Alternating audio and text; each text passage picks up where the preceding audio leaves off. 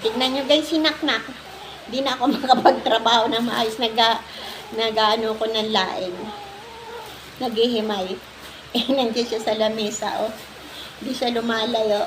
Ako ko ba, anak, ayun, oh. Ayun, oh. Ha? Ayun, oh. Oh. Ano ba nangyayari sa'yo, oh. Oh. Ayan, yan sinaknak, guys. Nagliligalig na. Magugulay nga tayo ng laing. Laing ba? Laing, oh.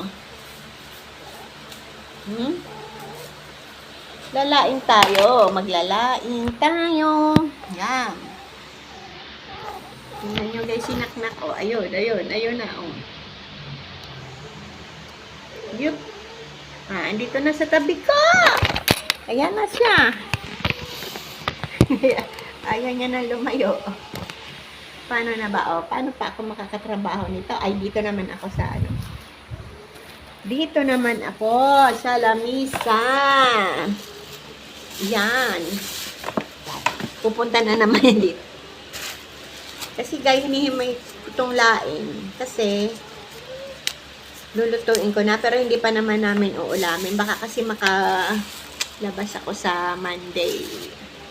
Kasi yung anak ko, sasamahan ko magpa-check up sa doktor. Kaya kailangan bago ako malis dito. Sa Monday, may pagkain sila. Si Tatang. Kasi, Tatang laging hahanap ng pagkain yan. Kaya ito. So guys, yung laing na nabili ko, tuyo na siya yung... Kasi guys, ayoko nang may tangkay dahil ang masyadong nagtutubig. Saka ayoko nung guys na laing. Gusto ko talaga yung tuyong laing. Mas masarap siya.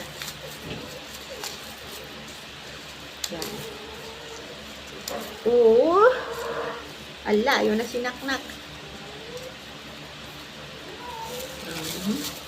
Ito kasi guys, itong laing na to, mga specialty to na mga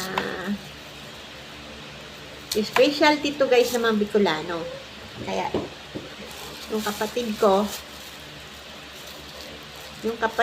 ay kahit araw-arawin mo nito, nako, okay lang sa kanya. Kaya hinihimay ko. Ganito lang guys, maghimay.